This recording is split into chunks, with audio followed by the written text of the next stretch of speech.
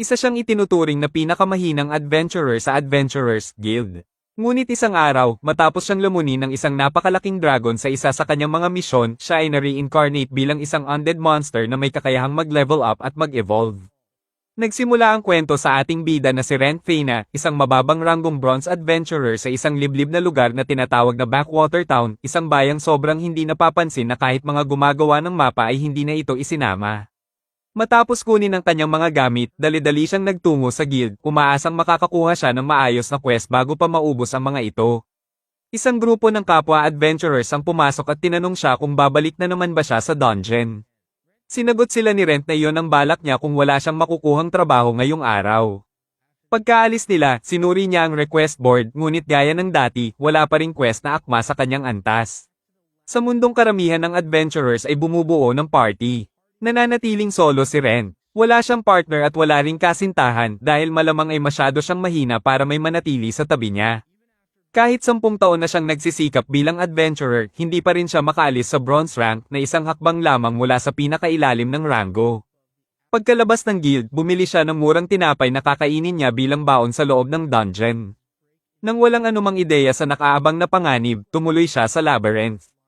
Ang dungeon na kanyang pinili ay kilala bilang Deserted Moon's Reflection, na sinasabing ganap ng napaggalugad. Gayunpaman, nakatagpo siya ng isang lihim na daanan na wala sa kahit anong mapa. Inakala niyang napangiti na sa kanya ang kapalaran, kaya pumasok siya rito nang walang pag-aatubili. Naalala niya na maaari sana niya itong i-report sa guild at makatanggap ng malaking gantimpala, ngunit dahil sa kasakiman, ipinagpatuloy niya ang paglusong sa mas malalim na bahagi, dala ng pag-asang makakuha ng bihira at mahalagang kayamanan.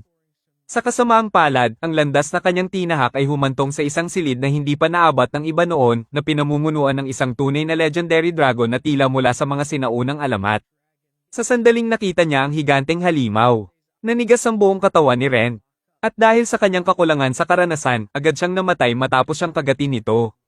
Para sa isang normal na tao, doon na sana magtatapos ang kwento. Ngunit sa halip na manatiling patay, siya ay muling isinilang sa parehong mundo bilang isang undead skeleton.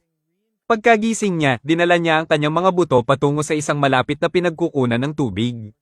Doon niya natuklasan na mula sa pagiging mababang ranggong adventurer, siya ay naging isa na sa pinakamahinang halimaw. Nahihirapan siyang paniwalaan na siya ay nabubuhay pa matapos lumunin ng isang nakakatakot na halimaw, ngunit nagtanong siya sa sarili kung maaari pa ba itong ituring na tunay na buhay. Unti-unti niyang naunawaan na isa na siyang immortal undead. At dahil dito, siya ay napuno ng pangamba.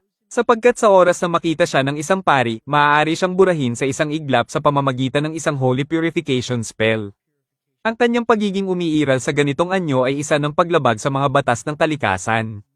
Agad niyang tinalikuran ang ideya na bumalik pa sa guild dahil kung makikita siya sa kalagayan niya ngayon, tiyak na idideklarang abomination at papatayin siya sa mismong lugar.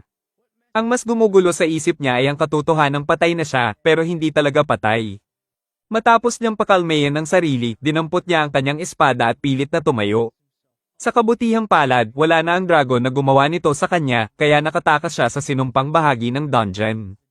Habang naglalakad, napaisip siya kung gaano talaga kamisteryoso ang mga dungeon, lalo na't wala pang sino mang mananaliksik ang tunay na nakapagpaliwanag kung saan nagmula ang mga ito. Naisip din niya kung may mga solo adventurer na ba na nakalinis ng isang dungeon ng mag-isa. Ngunit nang maisip niyang gusto niyang makipag-usap sa iba, bigla siyang napatigil dahil wala na pala siyang vocal cords at ibibigman para magsalita. Sa sandaling iyon, may lumitaw na isang nanginginig na skeleton na kalaban sa harap niya, at agad sumugod si Rent gamit ang kanyang espada. Pero nang itinaas niya ito para maging maingat, nadapa siya at bumagsak ng diretso sa kanyang likuran. Nakita ng skeleton ang pagkakataon at sumugod, ngunit ito man ay nadapa rin at nagkalasog-lasog ang mga buto ng paa nito sa iba't ibang direksyon. Sinubukan itong buuin muli ang sarili nito. Ngunit bago pa ito magtagumpay, mabilis na nakaisip si Rent at sinubukang gamitin ang kanyang spirit energy. Sa kabutihang palad, gumana ito at nadodge niya ang mga buto ng kalaban. Habang gumuho at nagsimulang magdingning ang mga buto ng natalong skeleton, nagsimulang magpanik si Rent, iniisip na baka muli itong mabuhay, ngunit sa halip ay isang alon ng spiritual energy ang pumasok sa kanyang katawan at agad siyang lubusang gumaling. Naalala niya ang minsang ibinahagi sa kanya ng kaibigang scholar na si Lorraine tungkol sa isang kakaibang kaalaman hinggil sa isang supernatural na fenomeno na matatagpuan sa ilan sa pinakapambihira at kababalaghan ng mga halimaw, ang tinatawag na existential evolution. Kung saan sa halip na manatiling tumpok ng mga buto magpakailanman, ang isang skeleton ay maaaring mag-evolve at maging isang nilalang tulad ng ghoul. Naging inspirasyon nito sa kanya at itinakda niya sa sarili niyang layunin na mag-evolve patungo sa ganoong anyo. Inisip niya na kung kaya niyang magpatubo ng laman, baka magawa niyang magsuot ng damit at makihalo muli sa mga tao sa bayan. Paulit-ulit niyang tinalo ang mga skeleton at sa bawat panalo ay gumagaling siya dahil sa misteryosong liwanag na nakita niya kanina. Kalaunan, hinarap niya ang isang slime monster. At bagamat karaniwan itong itinuturing na mahina, sa kanyang kasalukuyang kalagayang buto lamang, naging mahirap itong kalaban. Dumura ng acidic liquid ang slime papunta sa kanya, ngunit nakaiwas si Ren sa tamang oras at saka bumawi sa pamamagitan ng isang buong lakas na atake hanggang mapabagsak ang nilalang. Matapos nitong matalo, kinuha niya ang magic crystal nito at nagsimulang mangolekta ng slime fluid nito dahil kapag namatay ang slime, nagiging ligtas na hawakan ng asido nito at madalas ginagamit na sangkap sa paggawa ng mga kosmetiko. Samantala, sa loob ng guild, may isang lalaki ang lumapit sa babaeng nasa counter at nagkwento tungkol sa isang baguhang babaeng kakasali palang kamakailan. Sumagot ang receptionist na balak sana niyang ipares ang dalaga kay Ren, ngunit ibinahagi rin niya ang kanyang pag-aalala dahil hanggang ngayon ay hindi pa ito bumabalik. Idinagdag pa niya na pakiramdam niya ay may kakaiba na talagang nangyayari. Bumalik tayo sa dungeon kung saan huminto muna ang ating bida upang makahinga. Hawak niya ang isang tinapay habang iniisip kung paano nga ba makakakain ng isang skeleton ng ganito. Habang mas pinag-iisipan niya ito, lalo niyang napagtanto na hindi siya nakakaramdam ng gutom o antok. Ngunit ang talagang bumabagabag sa kanya ay ang katotohanang hindi pa rin siya sumasailalim sa kahit anong ghoul evolution. Sinubukan niyang gamitin ang kanyang spiritual magic at fire magic at pareho itong gumana ng maayos. Ang mas ikinagulat pa niya ay nagagamit pa rin niya ang divinity sa kabila ng pagiging undead niya. Agad niya itong ginamit sa tinapay upang linisin at panatilihing hindi ito masira sa loob ng susunod na 3 araw, umaasang sa panahong iyon ay magkakaroon na siya ng katawang kayang kumain nito. Hindi matanggap ni Ren ang pagiging mahina, lalo na't mahigit 2 dekada na siyang nagsasanay ng walang nakikitang totoong paglakas. Ang nakakagulat ay isa siya sa iilan na kayang gumamit ng 3 uri ng kapangyarihan, magic, divinity, at spiritual energy, kahit na wala sa mga ito ang tunay na malakas. Tinipon niya ang natitirang tapang at mabilis na itinulak ang sarili, pinapaliyab ng matinding hangarin na balang araw ay maabot ang legendary Mithril Plus Adventurer rank. Sumugod siya at hinarap ang panibagong bugso ng mga skeleton at slime. At sa pagkakataong ito, malinaw niyang naramdaman na lumalakas siya sa bawat pag-indayog ng kanyang espada. Muling lumitaw ang pamilyar na liwanag, ngunit hindi tulad ng dati, sinabayan ito ng matinding kirot na damaloy sa buong katawan niya, hanggang sa tuluyan na siyang magsimulang tubuan ng laman at maranasan ang matagal na niyang hinihintay na evolution. Bagamat mukha pa rin siyang kakilakilabot, hindi niya maiwasang makaramdam ng kaunting pagmamalaki sa nakikitang progreso. Napunta ang kanyang isipan sa mga vampira na halos mukhang tao, at nagsimula siyang magtaka kung posible rin ba siyang maging isa sa kanila balang araw. Sinubukan niyang magsalita, ngunit isang halimaw na ungol lamang ang lumabas. Hindi siya sumuko at patuloy na nagprakti, at pilit na binigkas ang good morning. Bagamat halos hindi maintindihan ang mga salita, naging malinaw na sa sapat na ensayo ay maaari na siyang makipag-usap ng maayos. Pagkatapos mag-evolve bilang isang ghoul, hinarap na niya ang mga goblin. Nakaramdam siya ng kakaibang saya sa kanyang bagong lakas at napansin na mas malakas na ngayon ang lahat ng kanyang kapangyarihan, lalo na nang magawa niyang daluyan ng spirit energy ang kanyang espada. Napaisip siya kung baka mas malakas na siya ngayon kaysa nung isa pa lamang siyang marupok na tao. Bigla namang lumitaw sa dungeon sa tabi niya ang baguhang adventurer at hinarap nito ang isang skeleton na halos hindi nito mapabagsak. Napaisip si Ren na lapitan at kausapin ang babae, ngunit agad niyang pinigil ang sarili dahil alam niyang hindi isang nilalang nagugustuhin kausapin ng kalmado ng isang tao ang isang ghoul. Habang pinupulot nito ang kristal, tahimik niya itong pinanood mula sa malayo. Iniisip na marahil ay bagong solta ito sa bayan. Patuloy niya itong sinundan habang nagre-reflect kung paanong, sa hindi niya maintindihan na dahilan, tila gusto pa rin siya ng guild at hindi pa siya pinipilit na magretiro kahit kitang-kita na mahina siya. Sinundan niya ang dalaga habang mas lumalalim ito sa dungeon hanggang sa maipit ito sa pader ng isang mangmang na skeleton. Lalong lumala ang sitwasyon nang makapitan ng halimaw ang kanyang espada. Bago pa ito makagawa ng panibagong galaw, biglang sumugod si Ren at pinabagsak ang skeleton na nag-iwan sa dalaga na lubos na nalito kung bakit may ghoul na biglang sumulpot para tulungan siya. Sinubukan ni Ren na kumbinsihin siya na wala siyang masamang balak at nang itinaas niya ang espada bilang depensa, itinapon ni Ren ang sarili niyang sandata para makuha ang tiwala niya. Sinabi niya na isa rin siyang adventurer at noong mga nakaraang araw lamang ay makikita pa siyang isang normal na tao. Ipinakilala niya ang sarili habang pilit ipinapaliwanag na may nangyaring kakaiba at nagising na lamang siya bilang isang undead. Ang dalaga, na mukhang magalang ang ugali, ay nagpasalamat sa kanya sa pagliligtas at magalang namang nakiusap si Rent na tulungan siyang makapuslit pabalik sa bayan sa pamamagitan ng pagpapahiram sa kanya ng balabal o kahit anuman na makakatago sa kanyang pangit na anyo. Nag-alok pa siya ng kaunting pera bilang kapalit at umatras ng isang hakbang upang hindi siya matakot. Ipinakilala ng dalaga ang sarili bilang Rhea at nangakong babayaran ang utang na loob niya sa pamamagitan ng pagtulong sa kanya. Umalis siya at sinabing maghintay lamang si Rent dahil babalik siya dala ang isang bagay para matulungan siyang magtago. Wala na lang magawa si Rent kundi umasa na hindi niya ikukwento kung kani-kanino na may nakilala siyang nagsasalitang ghoul na humihingi ng damit para makapasok sa bayan. Habang papalubog na ang araw, nagmadaling pumunta si Reyne sa receptionist para kunin ang mga kailangan niyang gamit. Samantala, pabalik sa dungeon, tuluyan nang naramdaman ni Rent na mas malakas na siya kaysa noong tao pa siya. Lubhang gumaling ang kanyang combat instincts at kayanan niyang pabagsakin ang mga slime monster nang walang kahirap-hirap. Dumating si Rain habang tinatawag ang kanyang pangalan na nagbigay sa ating bida ng kaunting pag-asa. Ibinigay niya ang mga damit na hiniling niya at ibinalik pa pati ang sobrang sukli. Habang papalapit si Rent sa mga gamit, kusang nanigas si Rain, handa sakaling bigla siyang maging marahas. Nang mapansin niyang tumungo lamang si Rent sa ibaba, agad siyang humingi ng tawad at ipinaliwanag na nagulat lang siya at nangakong susubukan niyang masanay sa kanya basta't bigyan lang siya nito ng kaunting panahon.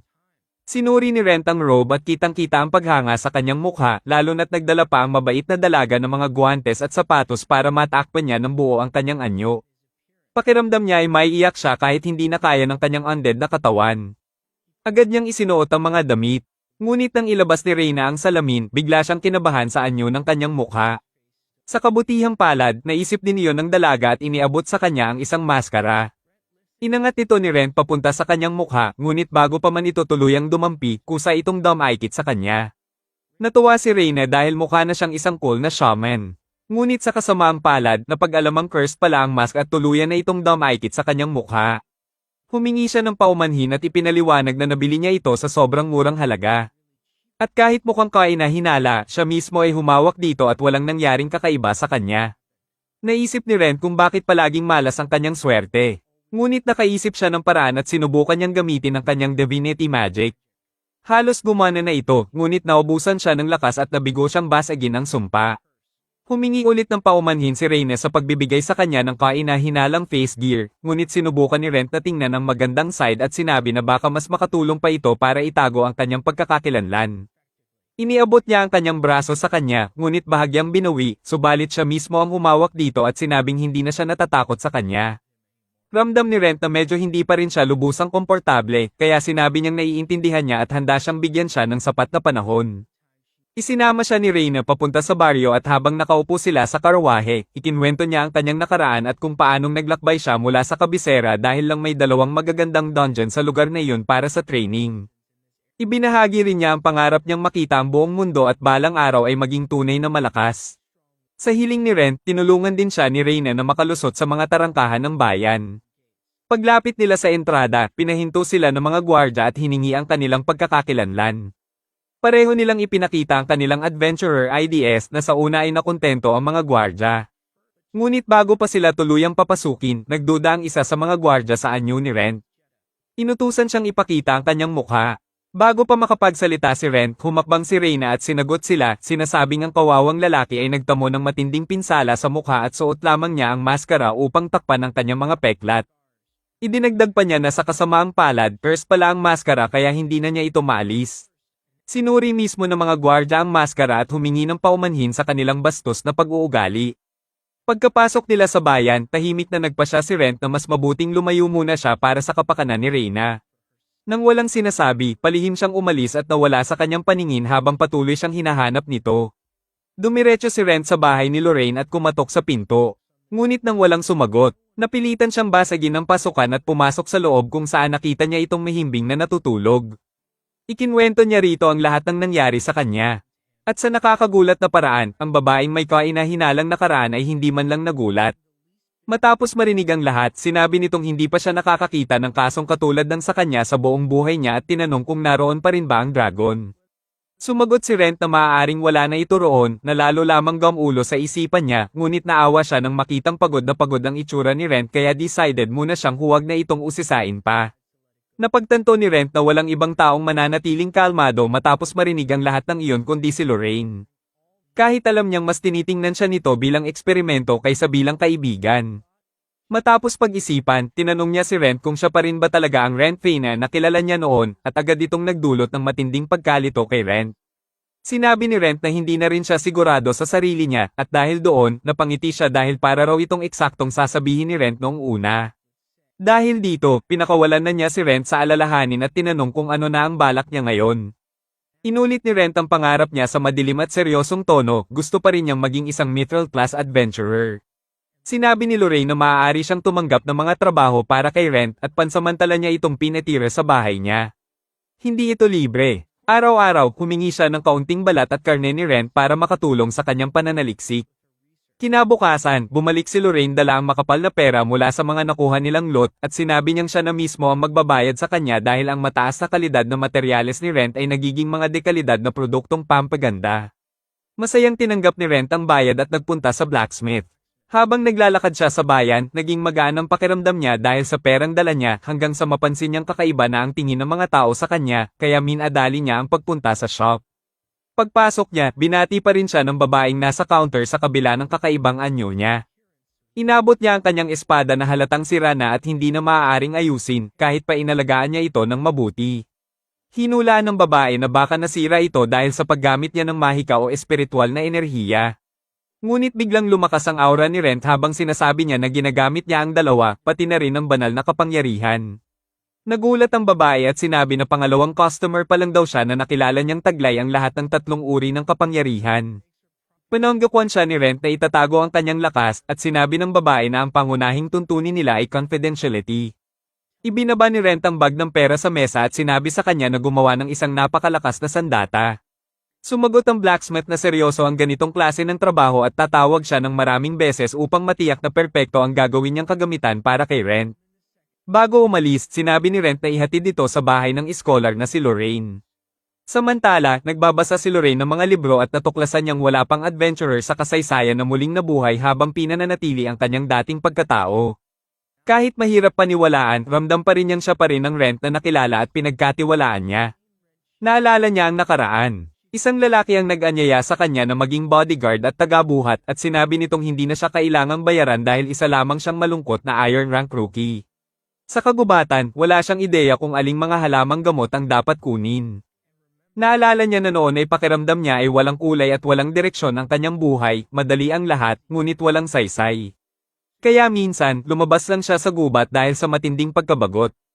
Nang makita niya ang tamang halaman, maingat niya itong hinukay at tinawag si Rent upang buhatin ito, ngunit laking gulat niya dahil nakahukay na si Rent ng isang malinis na tumpok ng 64 na halaman sa eksaktong oras na isa pa lang ang nahuhukay niya. Tinanong siya ni Rent kung ito ba ang unang beses niyang humawak ng damo. At lalo siyang napahiya nang aminin itong ipinadala siya ng lahat doon dahil nag-aalala sila sa kanya. Sinimula ni Rent magkwento tungkol sa kung gaano niya pinag-aralan ang mga halaman at halimaw para maabot ang kanyang pangarap at lubos itong tumimo sa puso niya. Pagkatapos, nagpakilala sila sa isa't isa. At doon sinabi ni Lorraine, turuan mo ako ng lahat ng alam mo tungkol sa pagiging isang adventurer. At doon nagsimula ang lahat. Naisip Lauren na sobrang ganda siguro kung makita niyang maabot niya ang pinapangarap niyang ranggo habang kasama siya. Pero kontento pa rin siya kahit medyo nagbago na ang mga bagay. Bumalik sa pandayan, sinabi ng albino na hippie ang buhok na alagaan niyang mabuti ang sandata at inabutan siya ng kamay para makipagkamay. Sandaling natigilan si Rent pero tinanggap niya ito. Matapos suriin ang bago niyang espada, mabilis siyang umalis na ikinalungkot ng babae dahil alam niyang itinatago niya ang sakit ng kanyang sumpa. Sa bahay ni Lorraine, pinasalamatan siya nito sa masarap na pagkain at nalaman niyang hindi na siya nakararamdam ng gutom. Binanggit niya ang nabasa niya tungkol sa ebolusyon niya at tinanong kung ano ang gusto niyang maging. Sinabi ni Rent na gusto lang niyang maging mas malapit sa pagiging tao hanggat maaari, kaya magpapakahirap siya sa dungeon ng matagal. Kinabukasan, may isang lalaking parang cowboy na nadurog ng isang higanteng slime hanggang sa maging masa ito sa isang iglap dahil kay Rent. Sinubukan ng lalaki na pasalamatan siya sa pagliligtas ng buhay niya, pero nagpatuloy lang si Rent sa paglalakad dahil inakala niyang isa itong manlolokong nagpapanggap na mahina. Pinigilan siya ng lalaki at humingi ng trabaho dahil wala na siyang pera at mas mahina pa siya kaysa sa sarili niyang nanay. Nang malaman niyang veteranong adventurer si Rent, inamin niyang isa talaga siyang chef na lubog sa utang at naipit sa dungeon mag-isa dahil walang party na gustong isama ang isang matandang katulad niya. Nagpatuloy pa rin si Rent sa paglalakad hanggang may pumasok sa isip niya at sinabi niyang sumama ang lalaki sa kanya. Matapos ang ilang oras, nakarating sila sa isang lihim na daanan at nabigla ang chef sa nakita sa loob. Habang iniikot nila ang lugar, nadismaya si Rent dahil wala siyang makitang magic items, pero tinawag siya ng lalaki upang ipakita ang isa pang nakatagong daan at nagsimulang maging sikim. Gayunpaman, sinabi ni Rent na pwede niyang kunin ang gantimpala sa pagkakatuklas nito, pero kailangan niyang manatili sa likod hanggang makarating sila sa isang bakanteng silid.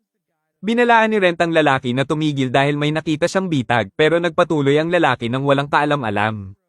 Nang marealize ng bayani na hindi kayang makita ng mga normal na tao ang bitag, napanood niyang tumapak ang cowboy sa bitag at biglang nawala. Alam niyang ang mga teleport trap ay kadalasang naghahagis ng mga adventurer sa mas malalim na palapag na puno ng mga halimaw o bitag. Pero ang iwanan siya roon ay magpapantay sa kanya sa isang halimaw. Kaya tumalon siya at napunta sa isang silid na parang boss room kung saan nakita niya ang chef na bumulagta matapos durugin ng isang dambuhalang balangkas na hindi siya papayagang makaalis hanggat hindi niya ito napapatay. Pinaganya niya ang lakas niya at pinalipad ang isang malakas na atake ng spirit energy na walang epekto. Sinubukan niya ang mahika ngunit hindi rin ito nakagasgas. Nang marealize niyang walang takasan hanggat hindi siya nananalo, nanindigan si Rent sa kanyang pangarap at kahit hindi kayanin ng espada, umatake siya gamit ang divinity dahil ito ang pinaka-epektibo laban sa mga undead at tinamaan ng malakas na suntok ang butong halimaw na tumamba ng malakas sa kanya tinapos gamit ang lahat ng natitira niyang lakas sa isang brutal na hataw. Pagkatapos nito, ginamaw niya ang matandang lalaki na napansin ang ganap na pagkawasak ng balangkas at nagulat nang ilabas ni Rent ang isang napakalaking magic crystal at inialok ito upang mabayaran ang utang ng lalaki. Natural na may kapalit. Kahit nagtataka ang chef kung paano pa siya makakatulong sa isang napakalakas na adventurer na tulad ni Rent, inihayag ni Rent ang kanyang kalagayan at ipinaliwanag na kailangan lang niya ng taong bibili ng mga gamit niya sa mga tindahan at sa guild. At gusto rin niyang makakain at makainom doon ng libre tuwing siya ay pupunta na siyang nagpaiyak sa lalaki. Nang maituro niya ang hindi nakikitang magic circle, nagpa siya si Rent na bumalik na rin kahit may bahagi sa kanya na gusto pang mag-explore. Pagbalik sa bayan, ipinakita ng matandang lalaki ang kanyang tavern nang biglang lumabas ang kanyang cute na asawa at mahigpit siyang niyakap hanggang halos mawalan siya ng hininga. Nahiya ito sa sobrang lamang niya sa harap ng isang estranghero. At inilabas ng matanda ang malaking magic stone na ibinigay ng tagapagligtas niya na ikinabahala ng babae dahil inakala niyang muli na naman siyang mauuto. Pinatahimik siya ng matanda at ipinaliwanag na kapalit lang iyon ng libreng pagkain, kaya nagyakapan silang dalawa sa isang eksenang puno ng init at lamang. Matapos sabihin ni na matandang Lores at ng kanyang asawa ang kanilang mga pangalan, mabilis na nagpa siya si Rent na umalis nang hindi na nagtagal pa. Sa kanyang pag-uwi, naglakad siya sa madidilim na eskinita habang binabagabag ng samot-saring isip. Sa labas ng bahay ni Lorraine, tila nag-glitch ang kanyang paningin na parang lumang telebisyon, at pagpasok niya ay nakita niya itong nakaupo at tila sobrang kaakit-akit. Binato siya nito ng mga tanong ngunit patuloy lang siyang nakatitig. Naikinaalala nito para sa kalagayan niya. Bigla niya itong niyakap na ikinatuwa nito ng bahagya habang mas hinigpitan niya ang yakap at mahina niyang binigkas ang pangalan nito. Ngunit biglang nagbago ang sandali nang siya ay mawala ng kontrol at sugurin ito bago mabilis na umatras. Paulit-ulit siyang tinatawag ni Lorraine hanggang sa tuluyan siyang matauhan. Kagad pagkatapos nito, tinamaan siya ng isang atake at pinatulog niya siya habang sinasabing pwede naman niyang hilingin sa maayos na paraan kung ano ang gusto niya. Nang magising siya kalaunan na may matinding sakit ng ulo, nagsimula itong magtanong ngunit sinabi ni Rent na wala siyang alam sa nangyari. Humingi siya ng paumanhin kahit sinabi nitong huwag na siyang mag-alala, ngunit inamin pa rin niyang naging masyadong malakas ang kanyang pagnanasa. Sinabi ni Lorraine na matagal na niyang pinaghihinala ang mangyayari ito dahil sa gutom ng isang ghoul sa laman, at sinabi niyang kailangan nilang dalawa ng pahinga. Gayunpaman, hiniling niya na ipakita sa kanya ang sugat at ginamit niya ang kanyang divinity upang tuluyan itong pagalingin hanggang sa tuluyang mawala ang marka. Sa sandaling iyon, napansin nito ang matipunong katawan niya at napagtanto niyang malaki na ang ipinagbago niya at halos mukha na siyang tao, pati ang maskara niya ay nagbago na at kaya na nitong magbago ng hugis ayon sa gusto niya, kahit hindi pa rin niya ito kayang tuluyang alisin. Nang subukan nitong hilahin ang maskara, napaisip si Rent kung mas mukha na ba siyang tao dahil sa kanyang pagnanasa, at naalala niyang hindi kaagad nangyari ang pagbabagong iyon matapos niyang talunin ang dambuhalang kalansay. Kaya iminungkahi ni Lorraine na maaaring ang nag-trigger ay ang pagkain niya sa kanyang laman na maaaring magpahiwatig na siya ay isang bihirang uri ng vampira, kahit teorya pa lamang iyon. Sinabi niyang may ideya siya kung paano talaga gumagana ang kanyang ebolusyon.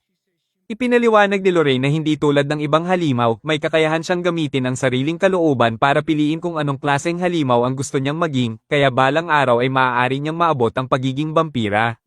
Ngunit para mangyari yon, kailangan niyang alamin kung ano ang kondisyon bukod sa pagpatay ng malalakas na halimaw. Pagkatapos ng usapan, sinabi niya kay Rent na maghubad at nagsimula siyang maging sobrang excited na parang isang baliw na siyentipiko, isa-isang binabanggit ang lahat ng gusto niyang subukan sa kanya. Ngunit nang makita niyang pagod ang mukha niya, napagtanto niyang kailangan niya ng pahinga kaya hinayaan niya muna ito. Kinabukasan, nagpraktis si Rent ng mga hataw ng espada sa labas at natuwa na hum-open na ang kanyang matinding pagnanasa, kahit tila kabaligtaran ang ipinahihiwatig ng espada. Kaya dumaan siya sa imo na panday at ipinaliwanag na nabasag ito nang ginamit niya ang divinity. Sinabi ng supladong panday na tumigil na siya sa pagsisinungaling dahil wala namang malalakas na undead sa labyrinth. Ngunit sinabi ni Rent na mayroong dambuhalang kalansay na agad pinagdudahan ni Cloak hanggang banggitin ni Rent ang nakatagong lagusan, at doon naalala ng panday kung sino ang kausap niya. Humiling si Rent ng bagong espada sa lalong madaling panahon para makabalik agad siya sa loob. At dahil doon, pinahiram siya ni Cloak bilang pabor sa nakaraan na nagpatunay kay Rent na hindi talaga niya kayang lokohin ang Materay na panday. Pagkatapos nito, dumaan si Rent sa bahay ni Lorraine at nadatnan niyang abala ito sa pag-eeksperimento sa alchemy, gumagawa ng laso na kayang pabagsakin kahit isang pulang grizzly. Ang baluktot ng ngiti nito habang ginagawa iyon ay nagpaisip kay Rent kung tama ba talagang pumayag siyang maging subject ng mga eksperimento niya.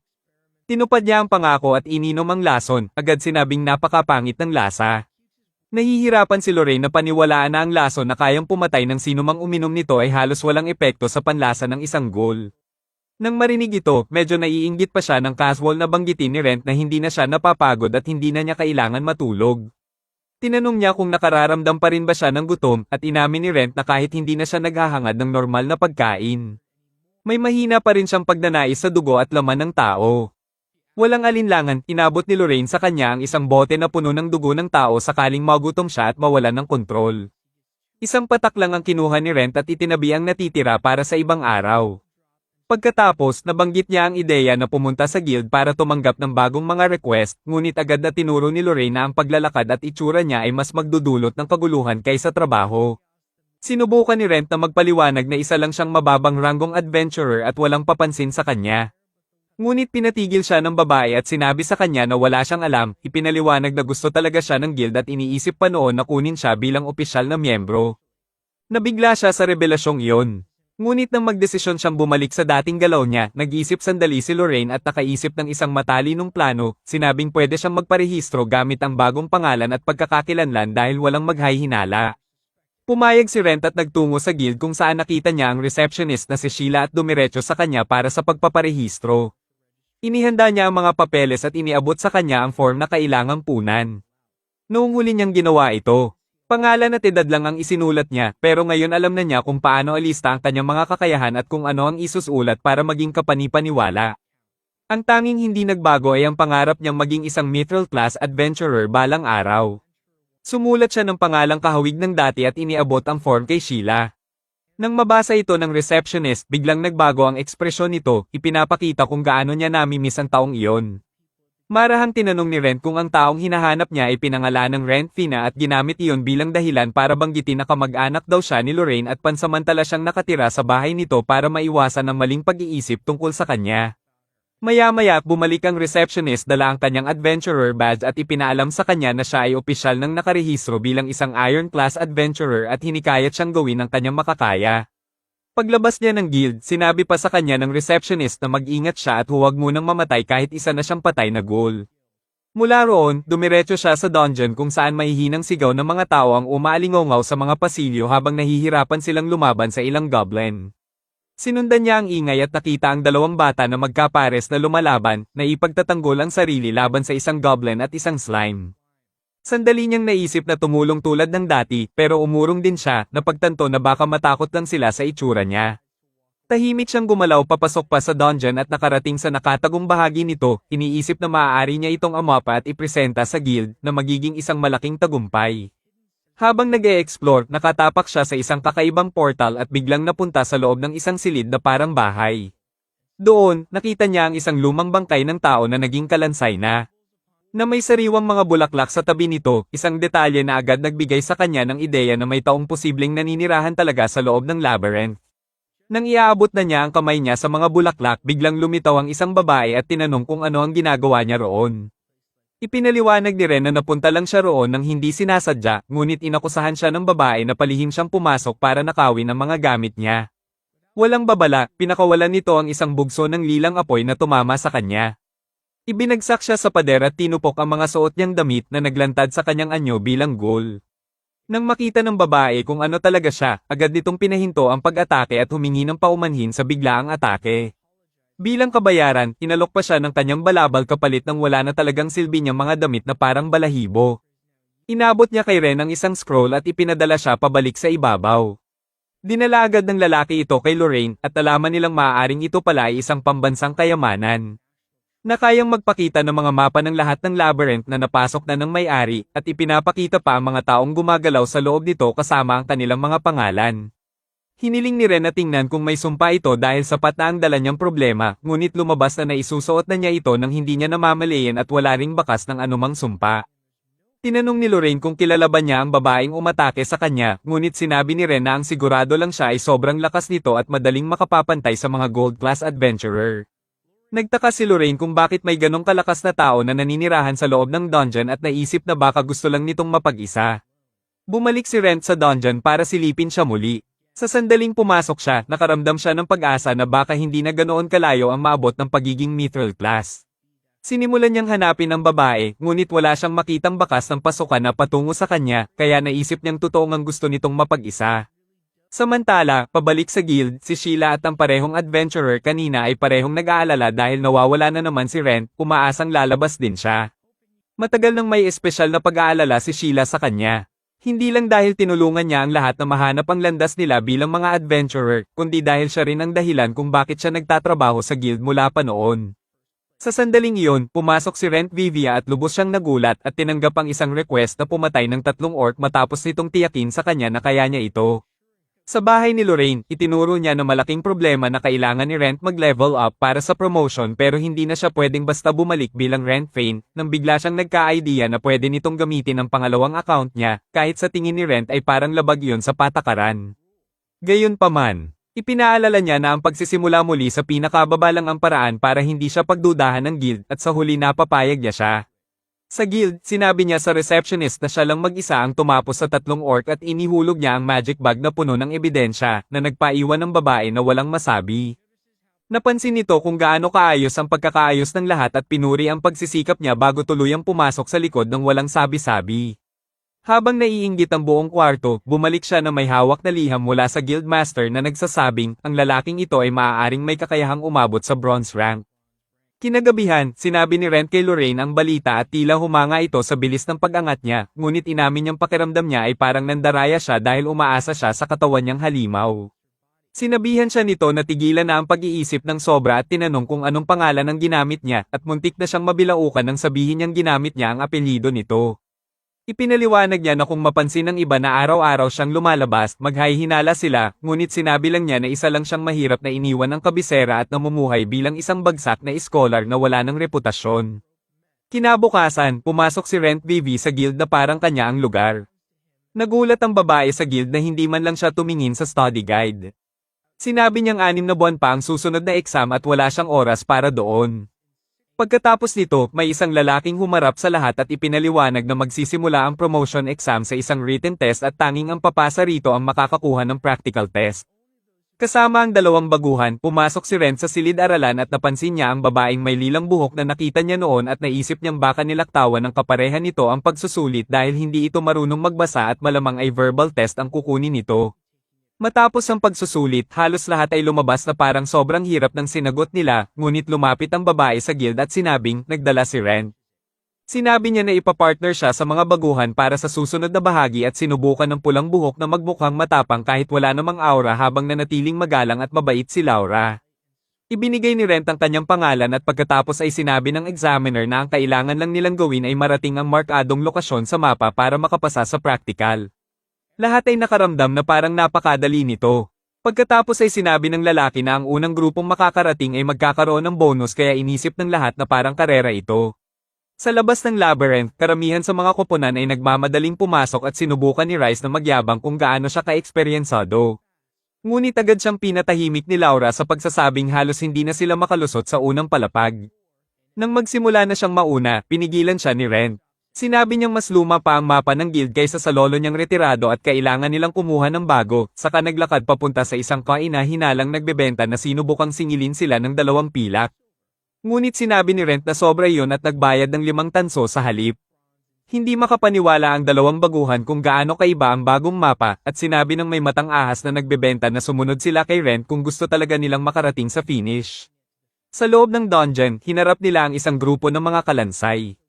Kaya sinabi ni Ren sa mga bata na manatiling alerto at humanga siya kung gaano sila kahusay gumalaw bilang isang koponan sa murang edad nila, kahit sa huli ay napagtanto ni Rice na mas mahirap pala ang laban kaysa sa itsura nito. Sinabi ni Laura na parang masyadong marami ang mga kalaban, kaya natagpuan ni Ren ang insenso na umaakit sa kanila at sinabi na mas malaking panganib pa ang naghihintay dahil may mga tulisan na nakaabang para tambangan sila sa unahan. Habang sinusubukan nilang tanggapin na ang susunod nilang laban ay mga tao na ang kalaban, palihim siyang lumiko sa sulok at nagtagpo ang mga espada nila ng isang kalbong swordsman. Matapos magbanggaan ng mga espada, iniwan niya itong nakahandusay at lumipat upang turuan ng leksyon ang mamamana, bago hatiin ang fireball ng salamangkero na parang papel at patulugin ito sa isang suntok. Nagawa pang magapi ni Baldy si Rice pero sinalba ni Laura ang araw nang silawin niya ito at patumbahin gamit ang solidong hampas ng mga patatas na hugis katulad ng may kantab niyang ulo.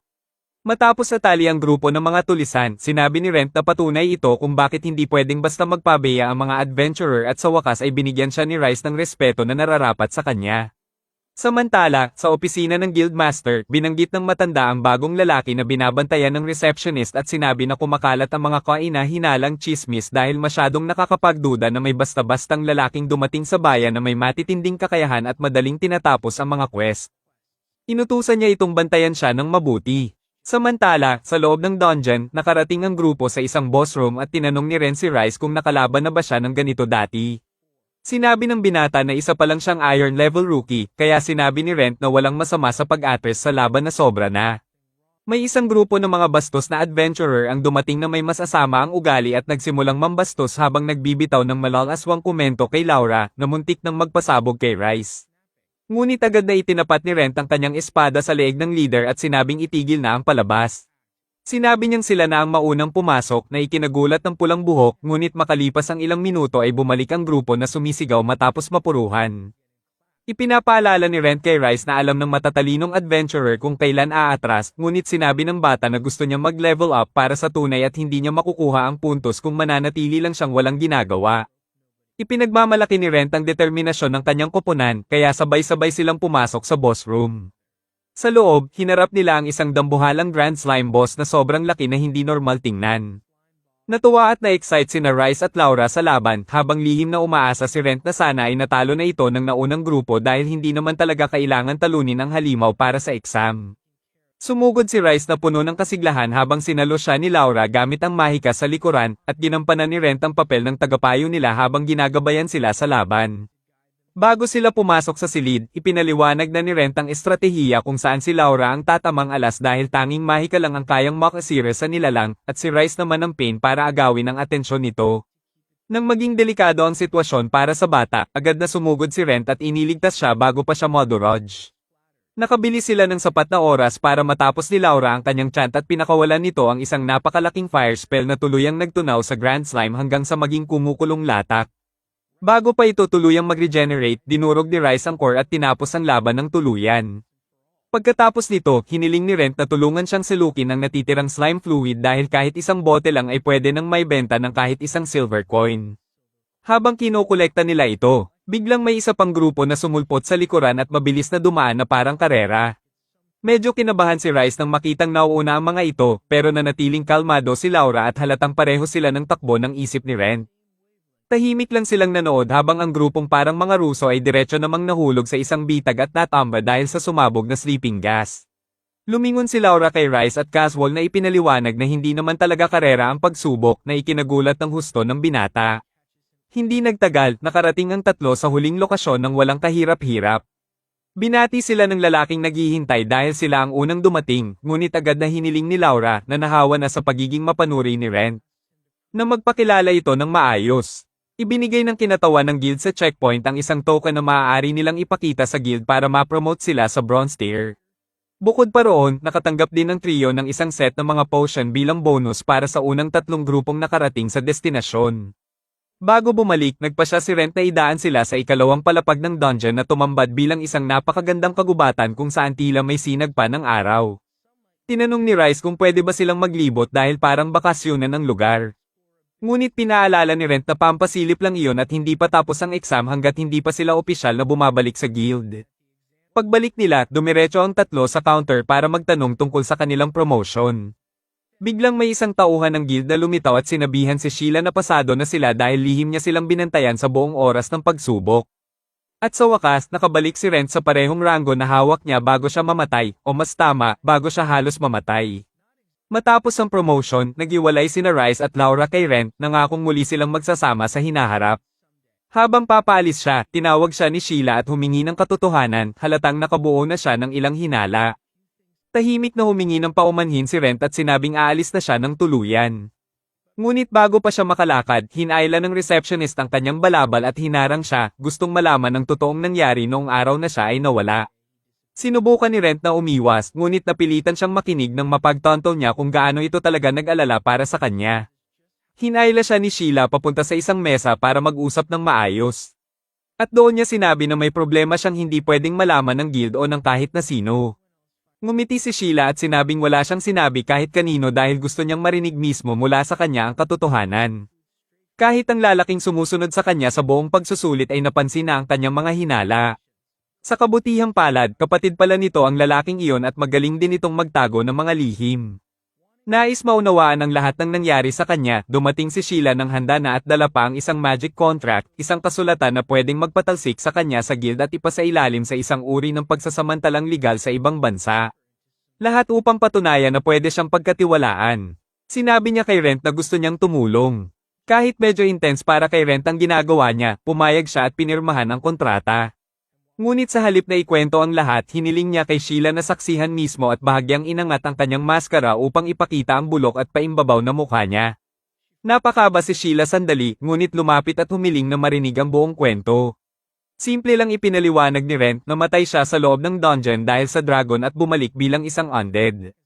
Nang mapansin niyang medyo natutulala si Sheila, tinanong niya kung gusto pa rin ba niyang tumulong. Sa puntong lalakad na siya, hinawakan siya ni Sheila at sinabi na naniniwala siya sa lahat ng sinabi niya, saka mahigpit na hinawakan ang kamay niya, nangako na sasamahan siya anuman ang mangyari. Sa bahay ni Lorraine, sumama si Sheila kay Rent at nagtagpo ang tatlo para mag-usap habang tinanong ni Lorraine si Sheila kung gaano siya kalalim nakakaalam tungkol kay Rent. Sinabi ni Sheila na ang alam niya lang ay isang uri ng halimaw siya, pero sigurado siyang hindi ito makakasakit ng sinuman. Pinalala ni Lorraine ang sitwasyon at halatang sinusubok si Sheila sa pamamagitan ng pagbabanta na kung nakarating siya sa bahay ng isang shady na akademiko kasama ang isang halimaw, dapat handa siyang maging bahagi ng kanilang stew. Ang tunay na layunin ni Lorraine ay subukin kung karapat-dapat si Sheila na panatilihin ang lihim na may halimaw sa kanilang tahanan. Nang makuha niya ang sagot, humingi siya ng paumanhin sa pagiging bastos at inalok ang kanyang hapunan bilang paghingi ng kapatawaran. Sa hapagkainan, inilabas ni Rent ang vial ng dugo at damaikit ng patak mula rito na nagpaisip kay Sheila na may koneksyon ang mga ghoul sa mga vampira. Ibinahagi naman ni Sheila ang tunay na dahilan ng pagdating niya, ipinaliwanag na may hinahanap na kidnapper dahil maraming baguhan ang nawala ng walang bakas, wala ni bangkay o gamit. Dahil dito, nagduda ang lahat kay Rent dahil pasok siya sa profile ng isang kainahinalang tao na sangkot sa magulong sitwasyon. Kinabukasan, nakipag-usap ang matandang leader ng guild sa receptionist tungkol sa pagkawala ni Rent. Sinasabing gusto pa rin niyang ibalik siya sa guild kapag bumalik at saka magretiro. Ilang araw ang lumipas, nagpraktis si Rent gamit ang bagong espada habang pinapanood siya ni Chloe na inayos ang espada para kayanin ang parehong spirit at magic power at pinayuhan siyang subukan ito. Pinuno ni Rent ng magic ang espada at hinati ang kahoy na parang mantikilya na nagpaiwan kay Chloe na walang masabi. Sinundan niya ito ng spirit power na tuluyang sinusunog ang target at sinubukan naman ang divinity na sa simula ay walang halatang epekto, ngunit napansin ni Cloak ang maliliit na halaman na tumutubo mula sa hiwa ilang sandali matapos iyon at nagtataka kung kailan pa nakuha ni Ren ang divinity, isang kapangyarihan mula sa langit. Nagsimula siyang kwento tungkol sa pagsasaayos ng isang random na shrine minsan. Hindi pinansin ng sassy blacksmith ang yabang ni Ren at sinabi na itatabi niya ang mga sprout dahil pwede silang ibenta ng magandang halaga. Pumasok si Ren at sinabi na gusto niyang makita kung ano ang mangyayari kapag pinaghalo niya lahat. Kaya kinuha ng blacksmith ang isang malaking kahoy at sinabi na delikado ang mana spirit fusion at pwede siyang sumabog parang overcooked grenade. Hindi natitinag si Ren dahil iba ang kanyang tibay. Kaya binigyan siya ng lalaki ng pangit na sacrificial sword na walang pakialam ang iba dahil mura at basura lang. Pinuno ni Ren ang kanyang espada ng magic at pinasok ang spirit power sa kabilang kamay, saka pinagsama ito sa isang matinding purple aura na nagpapanginginig sa buong katawan niya. Isang tama lang, tuluyang winasak ang malaking kahoy ni Cloak pero hindi pa rin nasisiyahan si Ren at sinabi na gusto niyang subukan gamitin ang lahat ng sabay. Pinalibutan niya ang sarili ng nagliliyab na gold aura na mas malakas kaysa sa inaasahan at yumanig sa kanyang kaibuturan. Kaya binalaan siya ng blacksmith na huwag masyadong pilitin at gawa ng gulo ang bakuran. Halos mabasag ang espada ni Ren sa lakas pero naitama niya ang pagtama sa kahoy na umiikot bago naging perpektong bilog sa lupa. Ipinaliwanag ni Cloak na ang divinity ay nagre-reset ng lahat sa simula kaya anumang espada ang gamitin niya, laging mababasag. Naalala ni Ren ang elf lady sa dungeon at tinanong kung ano ang gagawin kapag sobrang lakas ng kalaban. Sinabi ni Cloak na pwede siyang gumawa ng stack ng mga espada kung may pera na wala naman si Ren. Sa pag-uwi, nakita niya ang isang matanda na tila nang aabuso sa isang bata, kaya nag-shadow step siya sa likuran at binayaran ito ng isang silver coin. Nanlaki ang mata ng bata na para bang kukunin ang lahat ng kanyang organs, pero kalmado na tinanong ni Ren kung ano ang problema. Sinabi ng bata na kailangan niya ng tulong sa pagtalong sa Lake Lord. Naagad nakakuha ng atensyon ni Ren. Sa daan pauwi, naalala ni Ren na tinawag ng bata na Monkey Boy ang kanyang sarili sa nayon at nabanggit ang ritual kung saan ang isang babae ay iaalay sa lawa tuwing festival bilang parangal sa babaeng nagbuwis ng buhay para sa lahat. Simula noon, hindi lang ang Lake Lord ang patuloy na kumakain ng mga babae, kundi mas nagiging gutom ito na bumabawas sa supply ng mga babae sa nayon mas mabilis pa kaysa Amazon Rainforest. Hiningi ng bata na iligtas ang kanyang kapatid na babae. Nasusunod sa listahan, kaya nakaramdam ng awa si Ren at pumayag na tingnan ang sitwasyon dahil kakaiba ang kwento. Pagdating nila, lahat ng pintuan ay biglang nagsara nang makita si Monkey Boy, kaya dinala niya agad si Ren sa kanilang bahay. Lumabas ang kapatid na babae, hinayla siya sa loob at binugbog siya ng sobra lakas na narinig ni Ren bawat hampas mula sa labas. Humingi siya ng paumanhin sa pagkakabaliw ng kapatid na lalaki at hiniling kay Ren na umalis na sa misyon bago masira ang kanilang sagradong tradisyon. Sinabi ni Ren na ini-hire siya ni Monkey Boy, kaya tanging si Monkey Boy lang ang pwedeng umatras na tinanggihan ng bata. Sumuko ang babae at sinabi na pwede siyang manatili basta hindi niya panghimasukan ang ritual at masaya itong tinanggap ni Ren. Kinabukasan, naglakad siya sa caravan at napansin ng isang kaina-hinalang lalaki na nagbibigay ng merienda sa mga bata upang pilitin silang dalhin ang mga magulang sa susunod dahil ayaw bumili ng sinuman sa kanila. Dumating si Ren at natakot ang mga bata. Sinabi ng mga ngalakal na dumating siya sa hindi tamang oras dahil mataas ang tensyon dahil sa Kraken. Nagpasigla ng kuryosidad ni Ren ang kakaibang mga ngalakal, kaya tinanong niya si Romptos tungkol sa kanila at nalaman na madalas silang dumating at nagbebenta ng ilang kapaki-pakinabang na bagay. Habang lumulubog ang araw, humingi ng paumanhin ang mga matandang babae sa kapatid na babae ni Romptos, ngunit ngumiti ito at sinabi na masaya siyang mapiling kasama sa ritual. Nang mabanggit kung gaano pinilit ng kanyang kapatid na pigilan sila, napaiyak siya. Pagkatapos, bumisita si Ren at sinabi na nandyan siya para sa kanya kahit pautusan siyang huwag makialam. Pinaalala niya na ang kapatid niya ay lumalaban ng todo dahil sila lang ang natira sa isa't isa. Sa gabing iyon, humingi ng paumanhin ang mga elders at isinama siya sa kanilang pag-alis na may dalang lampara. Na hindi alam na si Ren at ang kapatid niya ay naghihintay sa unahan para sa kanilang lihim na misyon. Habang lumulutang ang mga bangka sa lawa, dumapo ang makapal na fog at biglang lumiwanag ang lampara bago magsimulang mag-flash ang pulang disco light. Mula sa wala, tumindig ang isang dambuhalang halimaw na may tentacle sa tubig, kaya nakikiusap ng awa ang kapatid ni Monkey Boy. Ngunit ipinakita ni Ren na hologram lang iyon at tumalon sa ibabaw ng tubig gamit ang magic boats na ginawa para sa kanya ni Lorraine. Dumaan siya sa peking halimaw habang tinataboy ang mga fireball na pinaputok ng mga lalaking nasa likuran nito. Sinabi ng creepy dwarf na dapat lumayo si Ren at inutusan ng kanyang crew na magbukas ng apoy, pero sumugod si Ren sa kanila at winasak ang buong grupo. Makalipas ang ilang sandali, dumating ang magkapatid at nasaksihan ang katotohanan sa kanilang sariling mga mata. Kinabukasan, nakatali ang crew habang tinatanong ni Ren tungkol sa mga nawawalang babae. Inamin ng pangit at maliit na lalaki na ligtas at hindi nasaktan ang mga ito, saka ibinigay ang lokasyon kung saan niya sila itinatago. Matapos maayos yon, hiniling ng magkapatid kay Ren na manatili ng kaunti pa, ngunit sinabi niya na may mahalagang bagay siyang kailangan gawin sa bahay. Pag-turn niya pauwi, palihim na hinilik siya ng maliit na kapatid sa kalawangin niyang pisngi bilang pasasalamat at tinanggap niya ito ng may ngiti bago sumakay sa karwahe. Sa bahay ni Lorien, ikinwento niya ang lahat sa isang masayang pagtatapos. Tumayo si Lorien sa harap niya at tinanong ang swerteng palaway kung paano niya nahulog muli ang puso ng isang dalaga. Tumanggi si Ren parang matigas na obsidian at sinabi na iyon lang ay paraan ng babae para magpasalamat at wala nang iba pa. Kinabukasan, pumunta si Ren sa guild gaya ng dati at napansin ang isang request sa board na nag-aalok ng isang bronze coin lang. Kahit parang libreng trabaho, kinausap niya si Sheila at nalaman na may ilang bata sa orphanage na kailangan ng dragon blood flower dahil ito lang ang lunas sa taong mahal nila. Bilang kanyang karaniwang sarili, agad na tinanggap ni Ren ang request. Pinaalalahanan ng sarili na ang pagiging adventurer ay hindi lang tungkol sa pera kundi pati na rin sa pagtulong sa iba. Pagdating niya sa lugar, mas lumang gusali ito kaysa sa inaasahan niya. Sinubukan niyang kumatok sa pinto ngunit nabasag ang door knocker, kaya ginamit niya ang slime upang ayusin ito agad. Lumabas ang isang babae at sinabi na wala ang headmistress at dapat siyang bumalik mamaya dahil iniisip nitong taga-utang siya.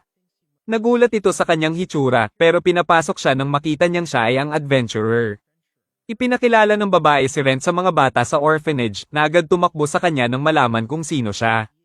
Pinabilis ng babae na panatilihing distansya ang mga bata sa adventurer dahil pwede silang maging pasaway, nakakalimutan pansamantala na si Ren na nakatayo sa likod niya ay pasaway din sa tingin nila. Nang lumingon siya para humingi ng paumanhin, ngumiti na lang si Ren at sinabi na mabuti na nag-iingat sila. Sinabi ni Ren sa babae na pwede siyang maging komportable sa kanya at kalimutan ang lahat ng formalidad. Ipinakilala ng babae ang sarili bilang Elise at nagsimula silang mag-usap tungkol sa mga request. Humiling si Elise kay Ren na panatilihing lihim ang usapan bago niya siya dinala sa headmistress ng orphanage. Humingi ng paumanhin ng priestess at ipinaliwanag na puno ng mga halimaw ang basement ng orphanage kaya hindi niya pwedeng utusan ng mga bata na linisin ito. Wala siyang alam na binago na pala ni Elise ang request. Mabilis na hinailan ni Elise si Ren at sinabi na siya na ang magpapaliwanag. Ipinaliwanag niya na ang priestess ay may sakit na tinatawag na malakyomyela na nangyayari kapag may divinity ang isang tao pero hindi sapat kaya nag-iipon ng masamang enerhiya sa katawan. Sinabi niya na nagdala sila ng healer na kinumpirma ang diagnosis. Tungkol sa lunas, nabanggit ni Elise ang dalawang opsyon, ang dugo ng isang holy maiden o ang dragon blood flower. Hindi pa niya nasasabi sa priestess ang sariling kondisyon dahil baka hilingin nito na palitan siya ng ibang priestess. Tumayo si Ren at tiniyak kay Elise na kaya niyang ayusin yon. Ngunit bago sila pumunta para sa flower, nagpasya siyang linisin muna ang basement. Insist ni Elise na sumama siya dahil gusto niyang makita si Ren na lumaban, kaya binigyan siya nito ng maliit na blade para ipagtanggol ang sarili kung kinakailangan. Biglang lumitaw ang maliliit na rat monster na may kakaibang pangalan. Nang isa sa kanila ay sumubok kagatin si Ren, ang kontak nito sa kanyang dugo ay nagpaiyak at nagpatalsik sa kanya pabalik. Nagbago ang kulay nito. Napansin ni Ren na ito ay epekto ng kanyang vampiric trait at sinabihan ng daga na paikot-ikot na ginawa nito. Kaya nakumpirma ang hinala niya. Pagkatapos linisin ang basement, dinala ni Ren ang bagong alaga kay Lorraine, umaasang matutukoy niya ang nangyari. Nakita ni Lorraine na kakaiba ito dahil hindi niya inasahan na ang isang gulang magdudulot ng ganito. Pinayagan pa rin niya siyang panatilihin ng daga dahil isa o dalawang alaga lang ay hindi makakaperwisyo sa kanya. Nang tanungin ni Lorraine kung anong pangalan ang ibibigay ni Ren sa nilalang, agad niya itong tinawag na Shadow, pero iginiit ni Lorraine na dapat ay pinagdebate ito at iminungkahi ang pangalan na Edel. Tinanong ni Lorraine kung mag-iisa ba siya sa pagpunta, at ipinaliwanag ni Ren na kung mag-iisa siya, hindi niya kailangang mag-alala tungkol sa lason. Pinayuhan din siya ni Lorraine tungkol sa isang malaking wyvern na tinatawag na Teresk na tunay na banta at iminungkahi na baka kailangan niya ng party para talunin ito. Ngunit inilabas ni Ren ang isang bote ng holy water at sinabi na susubukan niyang gamitin ito para iwasan ng Teresk at hindi na makipaglaban. Binigyan siya ni Lorraine ng pagkain para hindi siya umalis ng walang laman ng tiyan at nagdagdag pa ng patak ng dugo sa kanyang mangkok upang pukawin ang kanyang gana. Kinabukasan, sumakay si Ren sa isang karwahe na nagdala sa kanya sa gilid ng swamp, sinasabihan siyang ipagpatuloy ang biyahe sa sariling paa habang nangakong babalik sa gabi upang sunduin siya. Sa sorpresa niya, ang nakalalaso na hangin sa swamp ay hindi nakakaapekto sa kanyang alaga na si Edel. Habang lumulubog sila sa swamp, sinalakay sila ng mga arrowbug goblins na umaatake ng sunod-sunod, at hinarap ni Ren lahat ng ito. Habang si Edel ay nakamasid lang sa gilid parang isang casual spectator, nagsimulang pahalagahan ni Ren ang resistance nito sa lason at iniisip na kung hindi dahil sa kanyang hitsura, baka handa siyang manatili ng ganito magpakailanman. Bagamat nag-aalala siya kung may babaeng magpapakasal sa isang tao na may katawan tulad niya. Nakatuon pa rin si Ren sa pakikitungo sa mga halimaw. Nang lumitaw muli ang isa, siya na naman ang gumagawa ng mabibigat na gawain habang ang kanyang alaga ay nakahiga lang sa gilid, parang wala lang pakialam. Samantala, bumisita si Sheila kay Lorraine na naghanda na ng almusal para sa kanya. Ipinaliwanag ni Sheila na alam na ng guild ang nangyari sa Totsu Village at nagpapasalamat ang mga tao doon sa adventurer na tumulong sa kanila, pero kahit anong pilit, ayaw nilang ibunyag ang pangalan niya.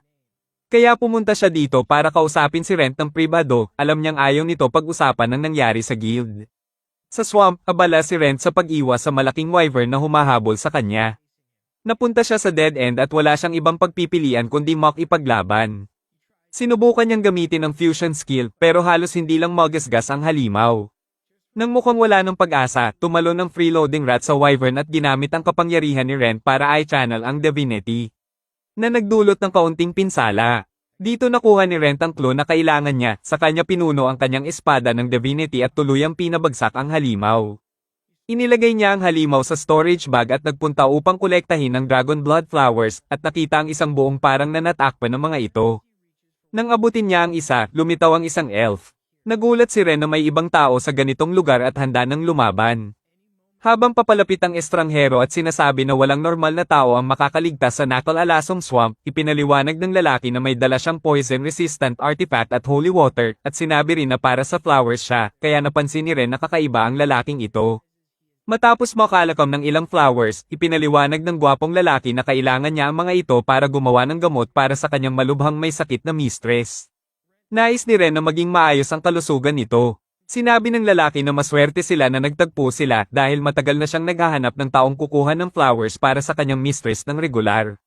Binanggit ni Ren na isang bronze-ranked adventurer siya, na ikinagulat ng lalaki, pero kinilala pa rin ang lakas ni Ren at sinabi na magiging masaya siya kung sasang-ayon si Ren na tumulong bago niya ipinakilala ang sarili bilang isaak. Sa guild, inilapag niya ang bag sa desk ng guild lady at sinabi na hanapan siya ng butcher. Agad niyang na-realize na talagang napatumba ni Ren ang isa sa mga terrace at napatingin ng malakas, sapat para mapatingin ang lahat. Pagkatapos noon, pumunta sila sa pinakamalapit na butcher na si Dario, at ipinaalam ni Ren na oras na para gumawa ng pork chops. Habang naghahanda ang lahat, binuksan ni Ren ang magic bag at inilabas ang kanyang napakalaking karne. Nakita ni Dario na perpekto ang kondisyon at sinabi na ganito lang ito kung natalo ni Ren ang nakamamatay na halimaw sa isang tama. Sinabi niya na dapat mataas ang presyo nito. Bago umalis si Ren, ngumiti ang guild lady sa kanyang kamanghamanghang progreso at sinabi na ang lakas niya ay katumbas na ng silver rank. Kinabukasan, pumunta siya sa orphanage at aksidenteng nabasag muli ang door handle. Pero sa kabutihang palad, may dala siyang flex tape at agad itong inayos ang lumitaw ang isang pamilyar na mukha. Sa loob ng lumang bahay, parehong namangha ang babae at ang matanda sa kung gaano kaganda at kaayos ang lugar. Tinuturo ng lalaki na kahit ang mga bihasang adventurer ay walang alam sa pag-ani ng mga herbs, kaya talagang espesyal si Ren. Pagkatapos noon, pinapasalamatan niya si Ren sa tulong. Kaya ibinaba ng ating bida ang isang bag ng flowers ng libre at sinabi na gamitin nila ito ng maayos. Ang kanyang di makasariling ugali ay nag-iwan ng pagkabigla sa lahat at kumislap ang mga mata ng maliit na babae sa pag-asa. Pagkatapos, pinirmahan niya ang kontrata at sinabi na hindi niya sapat ang pasasalamat dahil wala nang ang paraan para maging tunay na adventurer ang isang katulad niya. Nais niyang makatulong kahit na parang nodal ang katawan, pero ipinangako ni Ren na pupunta siya kapag kailangan niya ng tulong. Biglang lumitaw si Adele at sinabi na ang mga critters sa basement ay ayos na. Kaya naghangad ang babae na magkaroon din ng tamed monster tulad ni Ren. Natuwa siya nang sabihin nito na nag-aalok ang guild ng mga classes at maaari rin siyang turuan paminsan-minsan. Nag-alala siya na baka hindi niya kayang bayaran, pero tiniyak ni Ren na may kakilala siyang laging nakapaligid at pwedeng maglaan ng oras para turuan siya. Nagkamayan sila at saka bumalik si Ren sa bahay ni Lorraine na nagpapanggap na hindi siya na-offend nang tawagin siyang loafer ni Ren at saka binalaan siya na maging maingat sa kanyang mga pangako sa mga kababaihan. Sumagot si Ren at dahil halos wala siyang pakikisalamuha sa iba, binigyan siya ni Lorraine ng pangalawang pagkakataon para pag-isipan kung sino ang nakalimutan niya. Biglang tumayo si Lorraine sa mood swing at inilabas ang kanyang pinakamalupit na spell na pinilit ang guide na magsalita ng Shakespearean level poetry tungkol sa kung gaano siya kaganda na ikinagulat ni Lorraine kung saan niya natutunan ng pang-aakit na ganyan. Tinanong niya kung ginagawa rin ni Ren yun sa lahat ng babae pero nagbigay si Ren ng epic comeback at sinabi na sinasabi lang niya ang naiisip kapag nakikita siya ni Lorraine. Kinabukasan, pumunta muli si Ren sa guild at tinawag siya ng guild lady para mag-usap ng pribado. Halatang nag-aalala. Tinanong niya kung alam ni Ren ang tungkol sa lore house dahil sila mismo ang humiling ng kanyang tulong para sa isang trabaho na nagpapaalala kay Ren kay Isaac. Tinanong niya kung kilala talaga ang pamilya at ipinaliwanag niya na hindi sila eksaktong nobles pero ang sekreto nilang pamilya ay may malaking impluensya sa lungsod. Inamin ni Sheila na hindi niya alam ng marami pero binalaan siya na bawat guildmaster ay pinapayuhan na maging maingat sa pakikitungo sa house lore. Kaya hindi siya dapat tumanggi. Tiniyak ni Ren na sasama siya dahil kahit na baka siya agad habulin kung malaman nilang isa siyang monster, kalmado naman si Isaac sa sitwasyon, kaya marahil siya mismo ang hiniling ni Isaac. Dahil dito, nagpunta si Ren sa Marangyang Manor sa gitna ng kagubatan. Sa gate, tinanong niya ang gwardya kung naroon si Isaac at pinayagan siyang makapasok ng walang abala. Pero binalaan siya na maging maingat dahil kahit pa iniimbitahan siya para sa trabaho. Ipinaliwanag ng gwardya na ang maze ay nilikha gamit ang isang magical artifact na patuloy na nagbabago ng mga pader na talaga namang humanga kay Ren. Idinagdag ng gwardya na isa lamang ito sa maraming ganoong artifact na naipon ng pamilya Altor at sinabing sino mang makakadaan dito ay pwede pumili ng kahit anong magic item mula sa kanilang koleksyon. At nangyari na ngayong isa sa mga araw na bukas ang maze. Pagkatapos noon, nagbigay ang gwardya ng maliit na pahiwatig na hindi makakatulong sa kanya ang araw. Kaya agad pumasok si Ren sa maze, iniisip na sana makuha niya ang isang rare magic item. Matapos makalakad ng ilang distansya, tiningnan niya ang kanyang magic map pero wala itong ipinapakita, malamang dahil ang labyrinth mismo ay nilikha gamit ang isang magical item. Nagpatuloy siya sa orchard at agad na pagtanto na tuluyan na siyang naligaw. Habang naglalakad, nakarating siya sa isang pahingahan at napansin ng isang babae na inimbitahan siyang sumama para sa tsaa, sabi nito ay magtatagal pa ang maze. Agad pumayag si Ren at tinanggap ang alok. Lumitaw na ang babae ay anak ng Lore family at gumagamit ng magical teapot para mag-brew ng tsaa nang hindi na kailangan ng dahon dahil pwede nitong gayahin ang lasa ng anumang tsaa na nabrew na nito noon. Isinapubliko niya na ang teapot na ito na natuklasan sa isang labyrinth ay naibenta ng higit sa 100 platinum. Alam ni Ren na isang platinum dito ay sapat para mamuhay sa karangyan ng isang tao habang buhay, kaya malinaw kung gaano kayaman ang pamilya. Nang tinanggal ni Ren ang bahagi ng kanyang mask para uminom ng tsaa, agad itong nakilala ng babae bilang magic item at iginiit na bibilhin ito dahil kilala ang Altor family sa pag-iipon ng mga magic items. Nang inalok niya itong bayaran ng malaking halaga, naisip ni Ren na ibenta, pero hindi niya naman ito maalis at nailigtas siya ng mask sa pamamagitan ng pagtatago ng kanyang hitsura bilang isang pangit na undead. Bago siya umalis, binigyan siya ng babae ng isa pang clue, at ito rin ay tungkol sa araw, iginiit na mas mabuti kung hindi siya direktang titingin dito.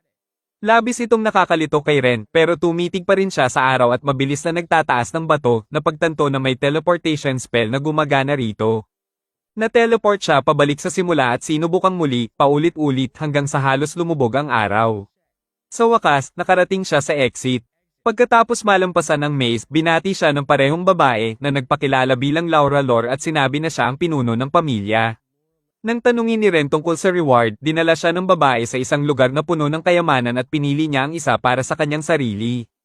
Pinakita niya ang ilang magical items sa display at sa kanilang munting tour. Aksidenteng na-trigger ni Ren ang isang golem. Agad siyang pinagbantaan ng guard na ang mana niya ang nag-activate sa nilalang. Sinimulang habulin siya ng napakalaking nilalang na naglalabas ng mga atake na talagang nagpahirap kay Ren. Habang patuloy ang mga hampas, naalala ni Ren ang sinabi ni Lorraine tungkol sa golems, karaniwan may nakaukit na salita sa magical language sa kanilang noo, at kung mababago niya ito sa pamamagitan ng pagdagdag ng isang karakter para maging salita ng death. Agad itong mag-shutdown. Inihanda niya ang kanyang lihim na sandata, ang axe sa kanyang manggas, umaasang tama ang tama sa oras. Pero sa kabutihang palad, na-shutdown ng guard ang golem bago pa man kailangan ni Ren gumawa ng anumang matinding hakbang. Habang humihinga siya, napansin ni Rent ang isang blade at saka ang kakaibang vial na puno ng tila dugo. Ipinaliwanag ng babae nang walang kahirap-hirap na ang laman ng vial ay dugo ng vampire at kwento niya rin kay Rent ang mga sabi-sabi na ang pag-inom ng dugo ng vampire ay sinasabing magpapabago sa isang tao para maging isa rin. Kahit na bawat taong nakatangkang gawin ito ay nababaliw o nagtatamo ng kakilakilabot na kapalaran, iminungkahi niya na sa halip na pangganibin ang sarili, pwede na lang niyang ibenta ito sa isang high-ranking noble dahil siguradong makakakuha ito ng napakalaking halaga. Naakit si Ren sa ideya at nagpa siya na hawakan muna ito. Sa kalaunan, bumalik siya sa bahay ni Lorraine dala rin ng isang magical aircraft toy na hindi mapigilan ng kanyang inner child. Habang una niyang pinili ang vial lang bago umalis, lumapit ang butler at iniabot sa kanya ang aircraft bilang pasasalamat sa pag-aasikaso ng mahirap na gawain para sa kanila. Sa mansyon ng babae, nilagyan ng butler ng ilang patak ng dugo ang isang tasa at maingat na inialay kay Laura. Samantala, ipinakita ni Ren ang vial kay Lorraine. Ipinapakita na mula sa unang tingin niya ay sigurado siyang ang pag-inom nito ay magdudulot ng pagbabago sa kanya. Kahit binalaan siya na maaaring hindi siya makaligtas, matatag si Ren sa desisyon niya at sinabi na gusto pa rin niyang subukan.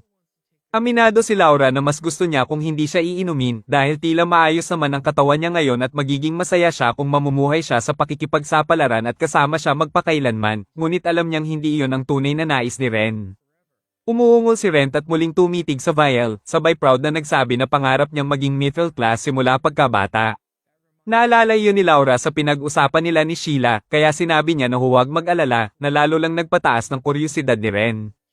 Pinilitan niya itong ibahagi ang alam niya, at sinabi ni Laura na hindi siya kailangan sumagot kung hindi komportable, kahit na sa tingin ni Ren ay halos alam na niya ang lahat tungkol sa kanya. Sa wakas, itinatanong niya ang pinakamalaking tanong. Ano ang nagtutulak sa kanya para maabot ang middle rank? Nagulat siya at nagtaka kung hindi pa niya ito nasabi, na labis na ikinabigla ni Ren. Ngunit ipinaliwanag ni Laura na may unspoken rule tungkol sa hindi pagtatanong sa nakaraan ng adventurers, at alam niyang wala siyang madilim na backstory kaya hindi niya ito gaanong iniisip. Habang nakaupo sa sofa, inamin ni Ren na hindi niya nahanap ang tamang pagkakataon para sabihin ito at sinabi na nagsimula ito bilang paghihiganti, ngunit ngayon mas tungkol na sa pagpapalakas upang matiyak na hindi na mauulit ang trahedya. Bumalik ang alaala ni Ren sa kanyang nayon, malayo sa lungsod, kung saan ang kanyang ama ay madalas bumiyahe para bumili ng supply. Minsang sinama siya ng ama sa carriage ride at doon nakipagkwentuhan siya sa kaibigang si Jean na mukhang super high-strung at medyo nervyos sa panganib ng mga bandido o halimaw. Tinawag siya ni Jean na duwag at tahimik na ibinulong na hindi siya magiging adventurer kung ganito ang kanyang pag-iisip.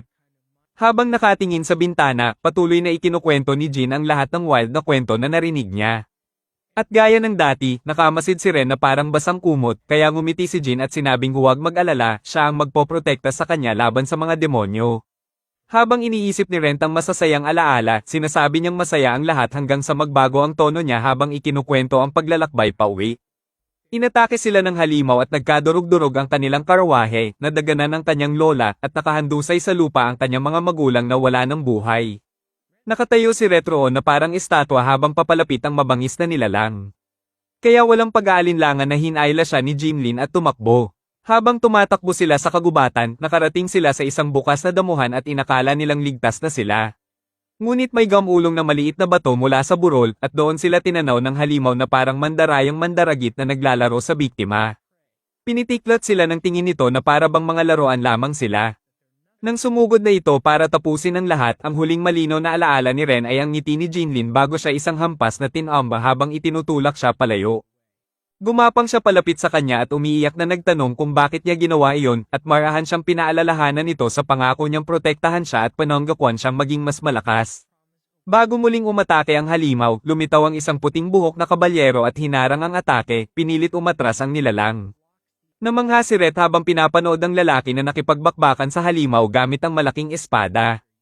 Kahit matalsik siya sa isang malakas na hampas ng halimaw, sumugod pa rin siya pabalik at isinaksak ang mabigat na espada sa pagitan ng panga nito, saka sinundan ng isang malakas na pagtama sa lupa na nag-iwan ng malaking bunganga sa lupa.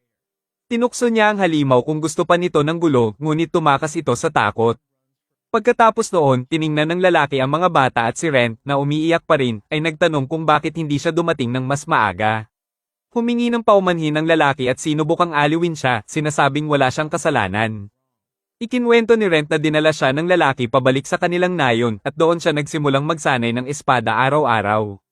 Isang araw, tinanong niya ang bayani kung paano maging adventurer, at tinanong siya ng lalaki kung bakit siya interesado. Ipinaliwanag ni Ren na pangarap iyon ng kaibigan niya, at ngayon gusto niyang tuparin iyon para sa kanya.